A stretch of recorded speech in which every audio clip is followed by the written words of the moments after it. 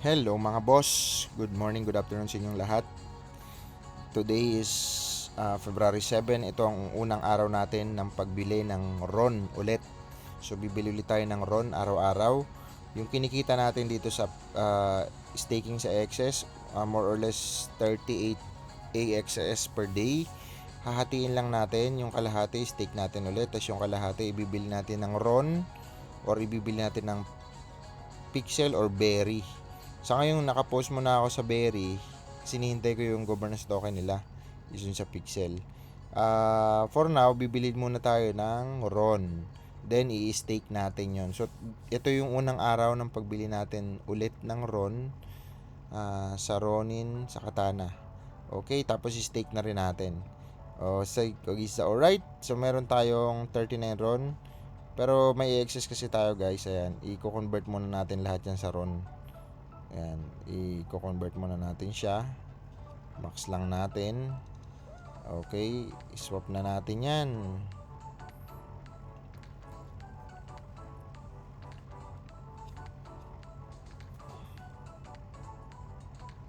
Mabilisan lang sa day 1 ng pagbili ng RON, din i-stick agad natin. So araw-araw ganun gagawin natin. Okay, so alright.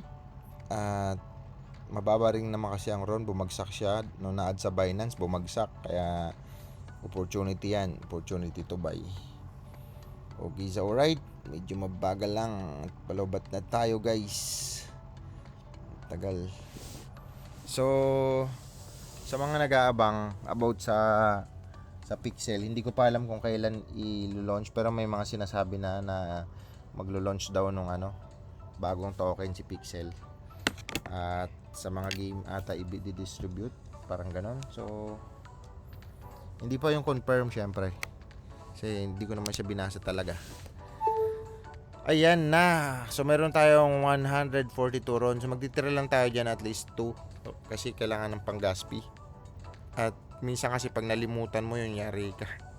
Kailangan mo na kailangan pang depositohan yung RON mo kasi kailangan ng panggas. Minsan kasi nangyari na kasi sa akin yun, in-stake ko dati lahat, wala natira. So ayun. Okay, punta na tayo sa yan, meron na tayong RON sa ating wallet. Siyempre punta na tayo dito sa Katana staking. Okay, sa alright. And pag na-stake na natin yan, hanap tayo ng validator pala muna, sorry. Ang dami na ng nodes, no? Hanap tayo ng mura lang, mataas ang presyo muna. So ito 10%, 15, ito 15.27.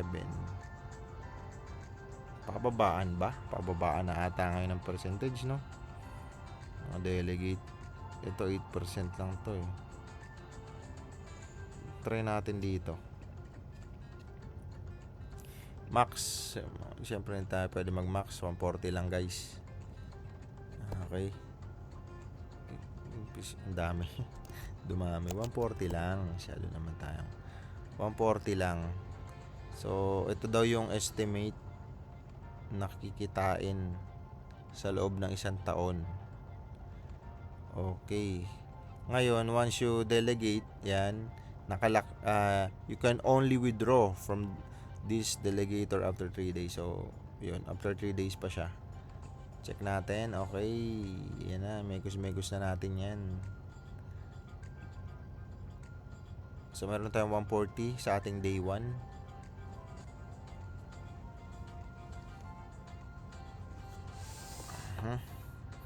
At ayun, tapos na. Makikita na ba agad yun dito? Ayan, meron tayong 34. Tama ba? Total claim. Claim total reward. Aralin ko muna to guys. Nalimutan ko na eh. So, kay Coco Bear kasi tayo. Baka wala pa kasi add lang. Kakabili lang, wala pa. Kaya, ayan, 140. So, ito tayo dati 16,000 pala yung RON natin nung nakaraan. Kailan yan? January 3. So, ito yung nilipat natin sa AXS. Okay. So magkano ng value niya sana ngayon? Nasa 1.6 mahigit to eh. Kung ngayon hindi natin pinapalit si excess mula nung January 3. Check lang natin guys ha. Sabihin ayan kasi nilipat-lipat mo. Ron. Okay, check natin. Haba na ng video ko ah. 5 minutes. Okay, so meron tayong 16,000. So dapat yung 1.68 ba yun? So kumita na sana. So syempre 1.6 mga ganyan yun eh. Minus 238637 mga ganyan mo na lang. Okay, so dapat ang kinita na natin ay 700,000 pala guys. So, 'di ba? So January 3 tayo nag-unstake. Okay. February 7 halos 1 month no, 700,000. Ganun talaga sa crypto. Okay, so ayun. Yun lang ang ating video, guys. Video natin to ng day 1 ng tuloy-tuloy na natin to. Yung pagbili ng Ronin. Okay, so alright. Kasi wala pa namang bull market. Pero ito kasi, sa pagkakaalam ko, ang all-time high nito dati ay nasa 22 pesos, 23 pesos. Ayan, dito yun makikita eh. 200 pala, to 20 pesos. So, swerte naman nakabili nito, 10 piso lang oh. So ngayon kasi nasa ano na siya 147. Unti na lang malapit niya nang maabot yung all-time high niya. Okay, so alright. At yun lang ating mga kwentuhan sa Ron. Thank you so much again sa inyo. And this is your service, Mr. KGB Crypto. At see you soon tomorrow. Tomorrow na naman, magbibideo na naman tayo guys. Thank you so much and good day sa inyong lahat.